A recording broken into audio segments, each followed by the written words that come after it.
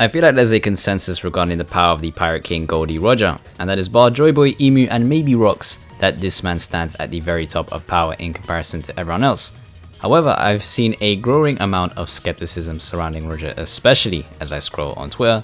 I see things like Kaido over Roger, Mihawk over Roger, Shanks over Roger. Characters I personally would have never dared to put over the Pirate King are actually being propped up over him as I look at today's power scaling discussions, even if it might be a minority. But regardless, I said let's entertain it a bit, and then I asked myself, have I been blindly overrating Roger all this time and all of the strongest combatants in his generation? I'll be comparing him to the 3 characters I just mentioned, which are all part of the current generation, and see if I can find an answer. So let's waste no time and let's get into is Roger's power overrated right now.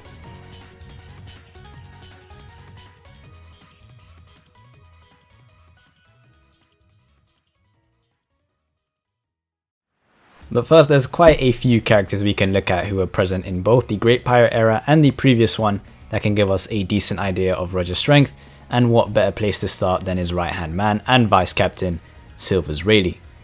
2 feats to look at with him, the most recent one being able to scare off Blackbeard with just his Conqueror's infusion, though Rayleigh claims that in an actual fight he'd still ultimately lose. Still impressive though, after all the only characters who have forced Blackbeard to retreat are Shanks and Akainu. The other feat is a bit more substantial, and it's being able to keep up with Admiral Kizaru in Sabaody Archipelago, although again from the way he was huffing and puffing in that fight, were it to be brought to its actual conclusion, I think it would end in a hard fought win for Kizaru. It's worth mentioning his proficiency in armament haki with mastery in internal destruction, the rarest haki as of now, and of course his Conqueror's infusion, making him a special case even amongst the very strongest in the world. He's never been shown to use Future Sight in any real capacity, but he does know of its existence, so I'll be generous and assume that he has it too, considering he's able to use other advanced hakis as well, and had current Future Sight user Shanks on his ship. I think it's then fair to give all these haki abilities to Roger. After all, Rayleigh is his subordinate, and it'd be pretty weird if he was more proficient in haki than him. There is no precedent for that. And add the ability to hear the voice of all things, probably the peak of observation haki, and you've got yourself a real haki man. Moving on, we've got Roger's rival from the Marines in Monkey D. Garp, also a advanced Conqueror's user with some level of Ryo. Whether that's just emission or internal destruction is a bit unclear though, and if you're interested, I've got a whole video complaining about just that. Important to note that he also has the observation required to perceive an invisible Shiryu. Garp's most recent notable feat then is being able to fight against former Admiral Aokiji, and he's able to gain on him quite a bit before he gets sneaked by Shiryu. At the very least, I find it to be a better showing than Rayleigh's in Sabaody, even if we go by Kuzan being mentally nerfed, because at the end of the day, it was still a team effort. In a clean 1v1, I actually struggle to find a clear winner between Garp and Kuzan, so I'll actually let you decide on that. Garp then would have superior feats compared to Rayleigh, as well as the better portrayal considering he's battled Roger with intent to kill multiple times through his career, and that it was him and Roger teaming up that took down one of the greatest pirates of all time in Rox D. Zebek, making him one of his strongest rivals. But probably his strongest rival of all would have to be Edward Whitebeard Newgate. It all started going downhill for Garp after he was stabbed by Shiryu at Hachinosu, but Whitebeard started his fight in Marineford with a sword wound not too dissimilar. Skipping ahead a bit, we get to him fighting Admiral Akainu, and it's pretty even, I'd say. Nothing going one way or the other until of course Whitebeard's illness catches up to him, allowing for Akainu to get a critical blow in. Even still, he manages to do enough damage to Akainu comparable to that of the amount Kuzan took in Hachinosu, while he had a stab wound and illness working against him, unlike Garp who only had a stab wound working against him. Safe to say then that the previous generation's strongest combatants lie somewhere around the level of today's admirals. Consult this very fancy diagram if you really want my detailed thoughts. So in their prime, they'd be beyond them with Roger on top of them all. You can argue he stands at the top with prime Whitebeard or even below him, but for today's video let's just say they're both around the same strength level. But enough of that, it's time we measure the true distance between Roger and, first off, Kaido. Dubbed the world's strongest creature, Kaido is without a doubt, for me, the most powerful character in the post time skip. bar from Emu. Land, sea, and air out of every living thing in the world, this pirate is said to be the strongest creature alive. That's how the narrator introduces him. Impressive, but of course I wouldn't jump and say it's infallible. No title given by the people technically is, but given his feats, I'd say it's pretty damn believable. The Akazaya, Luffy, Zoro, Kid, Law, Killer, Yamato, Momonosuke, and Luffy twice over in one night, all while carrying Onigashima. In sheer durability and endurance, I am giving it to Kaido over Roger. You need to do more damage to him than you would to Roger in order to take him down. That's what I believe, honestly. Of course, how easy they'd let you do damage is another matter, but Kaido taking hits for no reason is something that he does only if his opponent isn't really on his level. But we're talking about Roger here though, so that won't be a problem. I'm going to take a wild guess and say he's capable of fighting at the speed of an advanced conquerors using Snake Man Luffy, since we've given him Future Sight after all, meaning Kaido would use it also. But speed won't really be the deciding factor in any of these matchups I'm proposing, to be completely honest with you. Every top tier is capable of landing or dodging hits from another. For example, Luffy can tag Kizaru, Kaido can tag Luffy, and I'm sure Kizaru and Kaido can tag each other. Not going to be the deciding factor, but it might just be attack potency. Like I said before, we've given him Internal Destruction as well as Conqueror's Infusion, which incidentally is the same thing I believe Oden used to scar Kaido. This Oden prior to his final battle with Kaido came back several times stronger from when he initially left, all thanks to his voyages aboard Whitebeard's and Roger's ship, so it wouldn't be a reach to say that learning Advanced Conquerors overseas was the reason he got several times stronger. Roger's AP should be stronger than that, but not by much, as Kaido considers both of them capable of fighting him. I'm putting Roger's AP over Kaido's as well because by his own admission, Roger conquered the seas with just his Haki alone, and he's got better mastery of unmanned Haki as well because I'm fairly certain that Kaido doesn't have Internal Destruction, only Emission. I also want to comment a bit on Kaido's fight with Gear 5 Luffy, where he's constantly out of breath because of all the previous fighting that he did, but still manages throughout the fight to constantly outpace Luffy in most exchanges. Now, I already said that speed won't be the deciding factor, but just keep in mind, it's no easy feat to do that to Luffy. Definitely not. However, he was beaten by Luffy's Bardrangan, which used his Devil Fruit abilities and Haki to its fullest extent, and in a similar manner Kaido could use the physical prowess of his fruit to level Roger's advantage in Haki. In conjunction with, and I almost forgot about this, his alcohol, which is stated verbatim to make his Haki stronger. But then I guess you gotta ask yourself the question, is the Kaido that fights Gear 5 Luffy stronger than the bloodthirsty drunk Kaido? And honestly, my answer to that is no. So then you've got a weaker version of that Kaido being able to outpace the Gear 5 Luffy, especially towards the end of the fight. He was outpacing Gear 5 Luffy. You've got a version of Kaido stronger than that we're putting up against Roger. You know, hey, listen, just think about it. Just think. So what's my conclusion for this battle, you might be asking? Look man, I think you shouldn't be so dismissive of Kaido. His AP might not be up there with Roger, but in a serious battle to the death, his durability and endurance might actually outlast Roger. Then there's the matter of Kaido's World's Strongest Creature title as well. I kind of touched on it before with Whitebeard, and I think a significant amount of people would have Whitebeard over Roger because of him being called the World's Strongest Man. And if that's the case, I think the title of World's Strongest Creature should be given an equal, if not greater amount of respect. A man is ultimately a creature, is he not? But speaking of the World's Strongest, let's put our next contestant against the Pirate King, World's Strongest Swordsman, Dracul Mihawk. Like Kaido, he too has a title attached to his name which commands a lot of respect. In theory, he should be stronger than every other swordsman, stronger than Vista, Zoro, and Shanks. Of course, until Oda himself comes out and explains exactly what a swordsman is, there will be endless debate searching for a definition, but if a character's fighting style primarily focuses on a combination of your swordplay and your Haki, it's safe to say that you are one. If that character were to, let's say, use a sword to facilitate a devil fruit like Law, or be able to switch their sword out for something else like King, I can see there maybe being a debate. Roger, however, is not like that. He's a pure Haki plus sword baller, just like Mihawk. Unfortunately, we can't use that title to gather anything in strength between the two because Roger is dead. So the title's a bit of a dead end. However, that's not the way people tend to claim Mihawk's superiority over Roger anyway. No, it would actually be in Mihawk's possession of a black blade. The only other character we know had one was Sword God Ryuma. Nobody else. Not Roger, not Shanks, not Whitebeard, not Big Mom, not Odin, not Rayleigh. You can draw some crazy conclusions from that, but let's not get too ahead of ourselves and try and say that a blade only becomes black through one's individual prowess in Haki alone. And I know the purpose of this video is to challenge the intuitions held by me and you over the power of the previous generation, in particular Roger, compared to this one. But even me, Mihawk's #1 glazer of all time, can't really justify individual strength in Haki being the only factor in bringing your blade or making your blade black. I don't think that's the case. I don't think that's what Oda has implied throughout the story at all.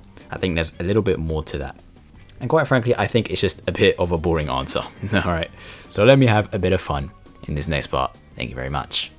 There's a conversation in Act 2 of Wano between Zoro and Gyukimaru, where they discuss the Black Blade Shisui as well as one with Zoro and the Tengu. In both, they say or imply that these blades are forged into becoming black. In the former, we get an explanation that the black color of Shisui comes from all the battles Ryuma's fought, from actual dragons to maybe even celestial ones, coming for what at the time was another name for Wano, the Land of Gold.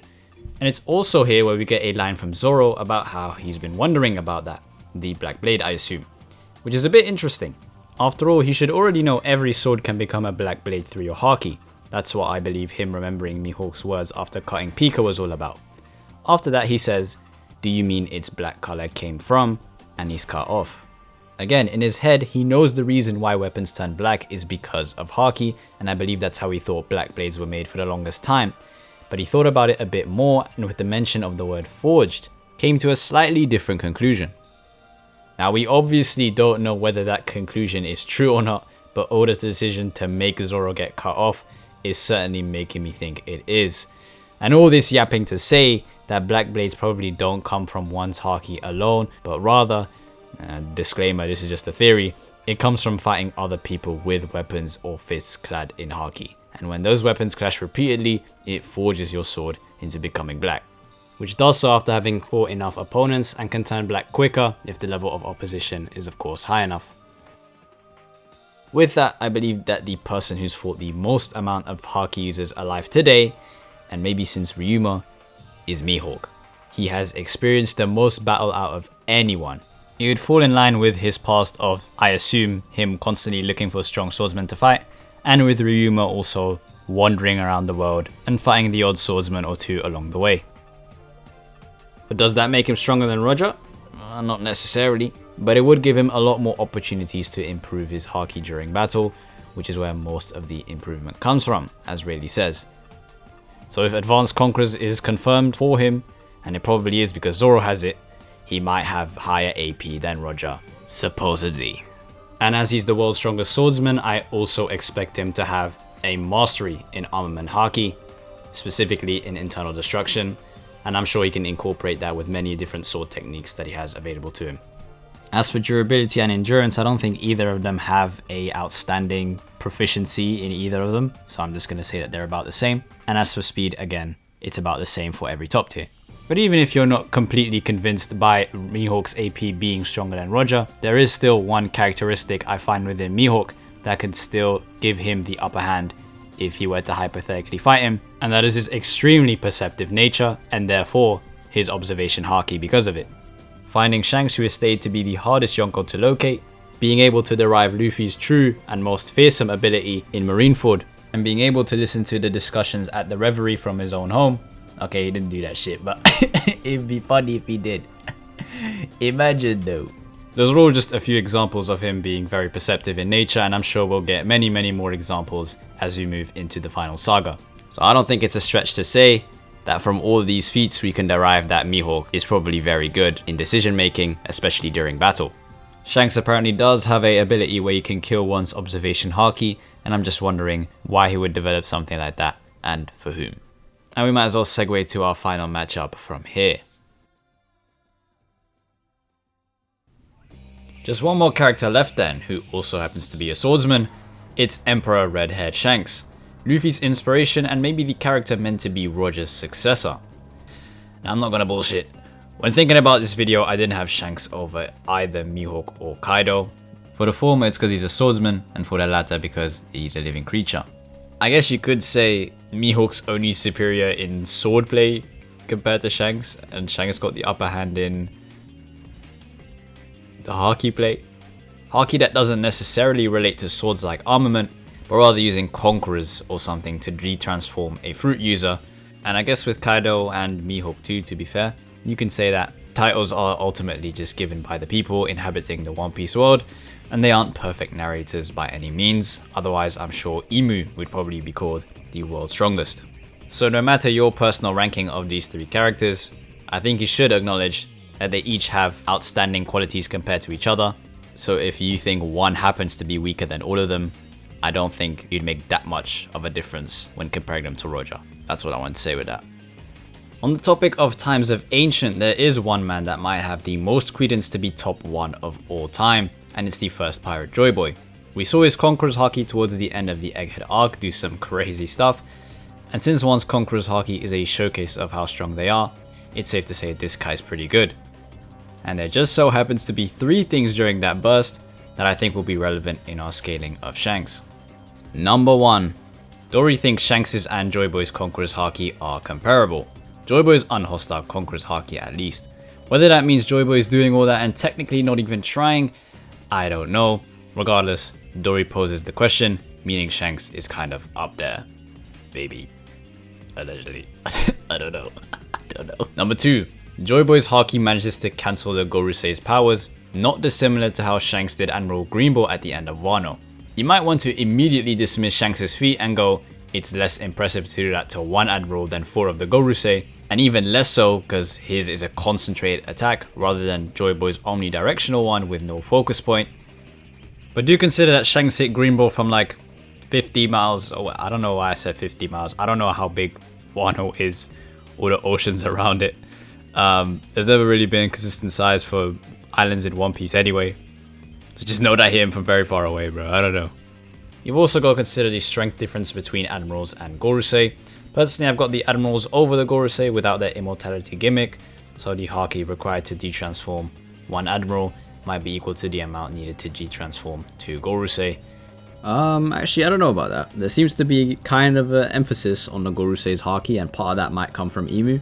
But I guess that's just unnecessary details. We know that Joy Boy's feat was better, so. But just keep all of that in mind when you compare the two. Number 3. Joy Boy knocking out Vice Admirals. Towards the ending of One Piece Film Red, we get a scene where Shanks gets very angry against the Marines and uses 4 power Conqueror's Haki. Kizaru nods to the fact that he managed to bring down some Vice Admirals to their knees, meaning military trained Haki users are barely worth fighting Shanks. A bit crazy, but of course slightly pales to Joy Boy actually knocking them out. I'm sure I'm going to get comments on me using movie feats, but keep in mind these movies are supervised by Oda, and I don't think he'd massively buff a character that's already as strong as Shanks. Lots of nice parallels here, but one's clearly ahead of the other, obviously. But that's not something you should hold against Shanks when he's being compared to the character implied to be top 1 of all time. The fact is, even being compared to him and the one being used for the Haki benchmark just goes to show how strong he really is. But what does it do for his standing with Roger? Well, their skill set should be practically identical, but Shanks kinda does have this Haki wizardry going on, with like being able to kill one's observation or detransforming an enemy with your Haki. But who's to say Roger didn't already have these abilities mastered way back when? So being a direct disciple of Roger kind of hinders Shanks because he wouldn't have anything that stands out like Kaido's insane durability or Mihawk's Black Blade. Again, he has those very nice utility-based Haki skills, but they're cancelled out because Roger probably has them too. So at the end of the day, we're left with having to compare Shanks' raw Haki and Roger's raw Haki, which happens to be more of a product of the environment type of deal, which is what we'll be discussing in this final part.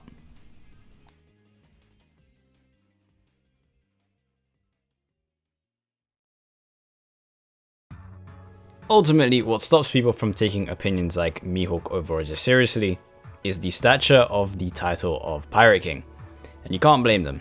In fact, they're probably right. But here's a question for you to answer.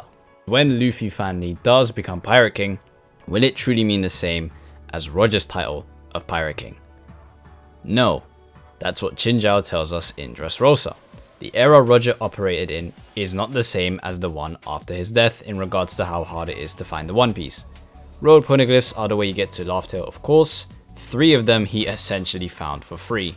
The only one he had any difficulty with was the one in Big Mom's possession, which he just stole a copy of. That mass hysteria to find the final island on the Grand Line just isn't there, and the promise of treasure is only told through stories. The lack of that worldwide treasure hunt is gonna have some effects on the competition, of course. The only marines worthy of fighting Roger in his time were Sengoku and Garp, but nowadays they've upgraded their forces many-fold, with the 3 admirals and 7 seraphim, or warlords 2 years ago, to combat the growing age of piracy led by the 4 emperors, all of whom are in a 3-way balance. It's called the Great Pirate Era for a reason, that's for sure. The quality of opposition, and especially the quantity of them, is just different, and it's after trouncing all that Luffy will finally become the Pirate King, or at least that's what he's prepared to do. Roger, to be fair, had Rox, Dieselbeck and his super team in his time, and although he wasn't going for the One Piece, he still fought and beat them with Garp. We don't know any specific matchups, but we're left with Roger and Rox going at 1v1 one last time. And that's kinda it for his main foes, really. Like Sengoku says, he really might have been his first and greatest foe, because the years after God Valley seem kinda peaceful actually. That technically doesn't prove Roger's strength to be weaker than today's strongest, but it'd take a lot longer to get to a certain level of strength then than it would now. More opponents, they're stronger on average. You'll be seeing a lot more Haki Blooms and characters that can compete in any era that are from the current day.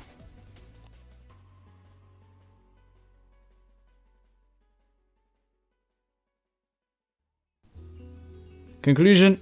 Honestly, I thought it'd just be a fun thought experiment, I can't lie. Do I actually believe the 3 characters I named could beat Prime Roger for the reasons above? Well, I think some definitely come closer than others, but it's probably gonna be a no from me. If you put a gun to my head and ask me where Roger's power lies, I will tell you it should sit above them.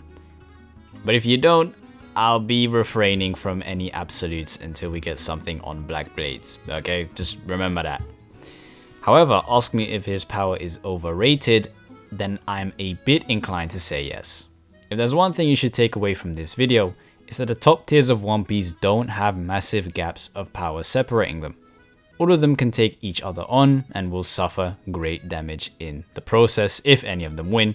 Roger versus Big Mom, Kaido versus Mihawk, Shanks versus Whitebeard, none of these fights are below extreme diffs, and are at the very least high depending on particular versions of characters.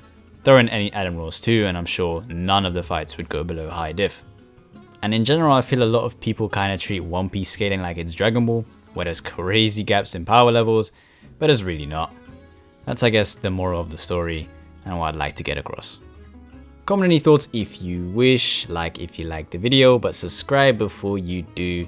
That's all from me today. Have a good one, and bye bye.